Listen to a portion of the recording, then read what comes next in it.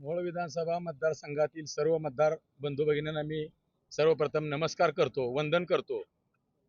आज या ठिकाणी मोहोळ विधानसभा मतदारसंघातून मी मोहोळ विधानसभा मतदारसंघातील जनतेच्या कार्यकर्त्यांच्या आग्रहास्तव अपक्ष उमेदवारी अर्ज भरला आहे आणि आज उमेदवारी काढून घेण्याचा शेवटचा दिवस होता आणि आज या ठिकाणी आम्ही चिन्ह वाटपासाठी आलो होतो आणि मला किटली हे चिन्ह मिळालेलं आहे आणि या मतदारसंघातील ज्या कार्यकर्त्यांनी सहकार्यांनी आणि मतदारांनी मला या ठिकाणी आग्रह केला निवडणूक लढवण्याचा आणि त्यांच्या आग्रहाचं मी पालन करून मी या ठिकाणी कुठल्याही प्रकारच्या आमिषाला बळी न पडता निवडणुकीच्या मैदानात उतरलो आहे.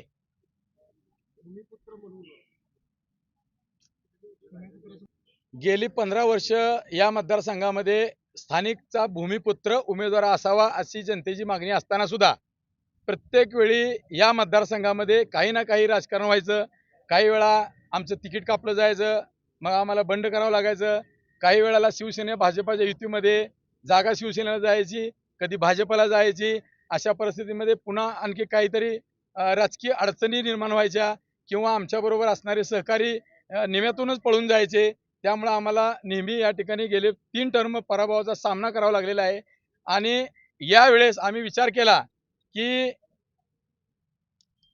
ही महायुतीमध्ये राष्ट्रवादी काँग्रेस, भाजप आणि शिवसेना एकत्र आल्यानंतर आम्हाला या ठिकाणी महायुतीमधून निवडणूक लढवता येणार नाही आणि जनतेने ठरवलं की आता तुम्हाला महायुतीमधून निवडणूक लढवता येणार नाही, पण कुठल्याही परिस्थितीमध्ये या तालुक्याचं नेतृत्व तुम्ही करावं आणि या तालुक्यामध्ये चांगल्या पद्धतीचा लोकप्रतिनिधी कसा असावा हे तुम्ही दाखवून द्यावं.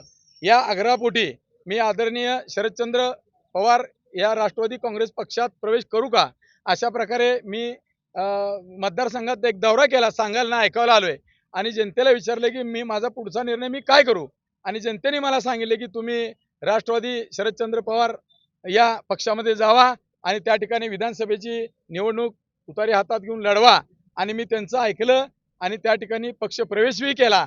परंतु त्या पक्षप्रवेशानंतर लोकसभेच्या निवडणुकीनंतर 6 महिने, त्या 6 महिन्यामध्ये अनेक वेळा मी अनेक कार्यक्रम या ठिकाणी राष्ट्रवादीच्या माध्यमातून घेतले आणि माझी उमेदवारी ही आदरणीय शरदचंद्र पवार साहेबांनी फायनल केली होती.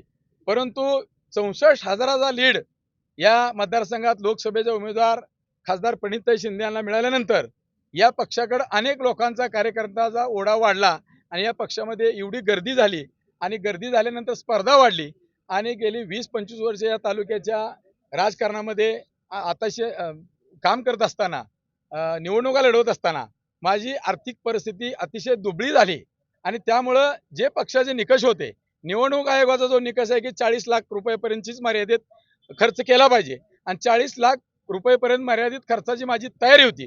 परंतु या ठिकाणी पक्षाच्या माध्यमातून किंवा पक्षाकडे काही लोकांनी जे फिडिंग केलं माझ्याबद्दल की माझी ऐपत नाही, मी निवडणूक लढवू शकत नाही, त्यामुळं त्या एका निकषावर माझी ऐपत नाही, माझी उमेदवारी या ठिकाणी कापली गेली आणि म्हणून मी या ठिकाणी कार्यकर्त्याच्या आग्रहास्तव ज्या टायमाला मी कार्यकर्त्यांना सांगितलं की आपली आर्थिक बाजू कमकुवत असल्यामुळं आपल्याला उमेदवारी मिळत नाही आणि मग कार्यकर्त्यांनी सहकार्यांनी सांगितलं की अण्णा तुम्ही अर्ज भरा, आपण ही निवडणूक 1 वोट आणि 1 नोट अशा प्रकारचा अजेंडा घेऊन ही निवडणूक आपण लढवू आणि मग आम्ही 1 वोट आणि 1 नोट हा अजेंडा घेऊन धनशक्ती विरुद्ध जनशक्ती अशा प्रकारचा अशी टॅगलाईन देऊन ही निवडणूक लढवण्यासाठी मैदानात उतरलो आहे. तरी माझी सर्व मतदारांना सहकार्यांना विनंती आहे की तुमचा दिवसाचा जो चहा पाण्याचा खर्च आहे 10 रुपये असेल, 20 रुपये असेल, 50 रुपये असेल, किमान तेवढी तरी मदत मला या ठिकाणी करा. मी तुमचा सेवक म्हणून, तुमचा चाकर म्हणून, तुमचा नौकर म्हणून, तुमचा सालगाडी म्हणून 24 तास तुमच्या सेवेत राहीन आणि तुम्ही माझ्यावर टाकलेल्या विश्वासाला पात्र राहीन आणि माझा विजय तुम्ही निश्चित करावा अशी मी विनंती करून या मैदानात उतरलो आहे.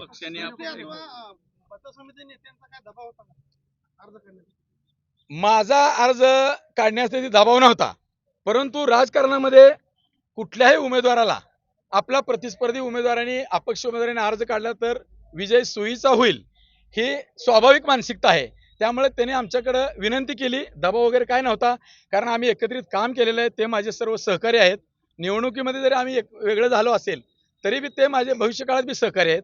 यापुढे या अगोदरच्या 25 वर्षाच्या कालखंडामध्ये आम्ही एकमेकाच्या विरोधात अनेक वेळा निवडणुका लढवल्या, परंतु आम्ही मनभेद कधी केले नाहीत. मतभेद झाले आमचे, पण मनभेद आमचे झाले नाहीत. त्यामुळे दबाव टाकण्याचा वगैरे काही प्रश्न नाही. पवार साहेबांशी काय संबंध झाला? सुरुवातीच्या काळापासून म्हणजे निवडणुकीचे जो चित्र आहे ते जेव्हा स्पष्ट होणार होतं त्यावेळेस तुमच्या आणि रमेश कदम यांच्या उमेदवारीबाबत चर्चा चालू होती. आता रमेश कदमांच्या मुलीला तिकीट मिळालं, त्यानंतर 2 दिवसामध्ये त्यांचं रद्द झालं आणि त्यानंतर सर्वांना असं अपेक्षित होतं की बाबा संजय अण्णांचं नाव आहे, परंतु संजय अण्णांच्या या नावालाही क्वेश्चन मार्क पडला आणि राजू खरे यांची उमेदवारी फायनल झाली. आणि अशा परिस्थितीत आज रमेश कदम यांनी त्यांचं अपक्ष अर्ज माघार घेतलेला आहे. तर तुमचा अपक्ष अर्ज हा या मतदारसंघात आहे. आता या मतदारसंघामध्ये तिरंगी लढत होईल असं चित्र तर सध्या स्पष्ट झालेलं आहे. या तिरंगी लढतीमध्ये या मतदारांसमोर नेमकी तुमची काय भूमिका असेल आणि नेमक्या प्रचाराचे तुमचे मुद्दे काय असतील? सर्वप्रथम माझा प्रचाराचा मुद्दा हा असेल की या तालुक्यातील जनतेने पाहिलं की राष्ट्रवादी काँग्रेसच्या 2 राष्ट्रवादी काँग्रेसमध्ये या ठिकाणी लढत होते आणि त्या ठिकाणी दोन्ही राष्ट्रवादीचे काँग्रेसचे उमेदवार हे अनगरकर ठरवतात, अशा प्रकारचे चित्र या ठिकाणी निर्माण झाले आणि हे चित्र अतिशय विदारक आहे आणि हे चित्र सर्व मोहोळ तालुक्यातील जनतेने पाहिलेलं आहे आणि म्हणूनच मला या ठिकाणी निवडणुकीमध्ये अपक्ष अर्ज भरण्याचा आग्रह जनतेकडून झालाय.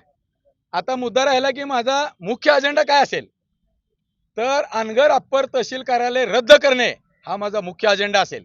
कारण मी अपक्ष आमदार म्हणून या ठिकाणी जर जनतेने मला निवडून दिलं, मला संधी दिली, तर जे कुठलं सरकार अनगर अप्पर तहसील कार्यालय रद्द करेल त्याच सरकारला माझा पाठिंबा असेल. हा माझा मुख्य अजेंडा आहे. आणि भाजप पक्ष सोडल्याचं काय खंत वाटते? भारतीय जनता पार्टी सोडल्याची मला बिलकुल काही खंत वाटत नाही. आदरणीय शरदचंद्रजी पवार साहेब माझ्या प्रवेशासाठी या ठिकाणी आले आणि त्यांनी आल्यानंतर असंख्य कधीही जोडले न जाणारे कार्यकर्ते सहकारी मला त्यांच्या माध्यमातून जोडले गेले. 6 महिन्यामध्ये माझा त्यांचा इतका मैत्रीपूर्ण संबंध निर्माण झाला की त्यांना वाटलं की हो खरोखर आहे, आपण संजय क्षीरसागर जसे आहेत लोक सांगतात तसे नाहीत. म्हणून आमचे स्नेहसंबंध इतके प्रस्थापित झाले की ती जी माणसं आहेत त्यातली बरीचशी माणसं आज या ठिकाणी निवडणुकीत माझ्याबरोबर दिसतील. जी स्नेहसंबंधातली माणसं आहेत त्यांनीच तिकीट काढण्यासाठी प्रयत्न केला अशी लोकांची चर्चा आहे. तिकीट माझं केवळ माझी आर्थिक परिस्थिती नसल्यामुळं तिकीट माझं गेलं. मी 25 कोटी 30 कोटी 50 कोटी अशा प्रकारचा खर्च खोकी करू शकत नव्हतो आणि म्हणून माझं तिकीट गेलं. 25 वर्ष स्वखर्चानं अजून अनेक कामं केली असताना मी पैसे कुठून साठवणार? मी 2 रूमच्या घरामध्ये आजही राहतो. मी जनतेला प्राधान्य दिलेलं आहे. माझ्या घरामध्ये तुम्ही कॅमेरे घेऊन या. पाऊस आला तर माझं घर आज बिघडत आहे. मी 50 लाखाचा बंगला सुद्धा बांधू शकलो नाही. मी कधी कुठल्या अधिकाऱ्याकडे टेंडर मागायला गेलो नाही. मी कुठल्या अधिकाऱ्याला ब्लॅकमेल करायला गेलो नाही आणि म्हणून मी 24 तास जनतेच्या सेवेत असताना मी एवढा खर्च करू शकत नव्हतो. पण जनतेची इच्छा होती. मग मी त्यांना आवाहन केलं की तुम्ही 1 नोट आणि 1 वोट मला द्या. मी 24 तास तुमच्या ऋणात राहीन.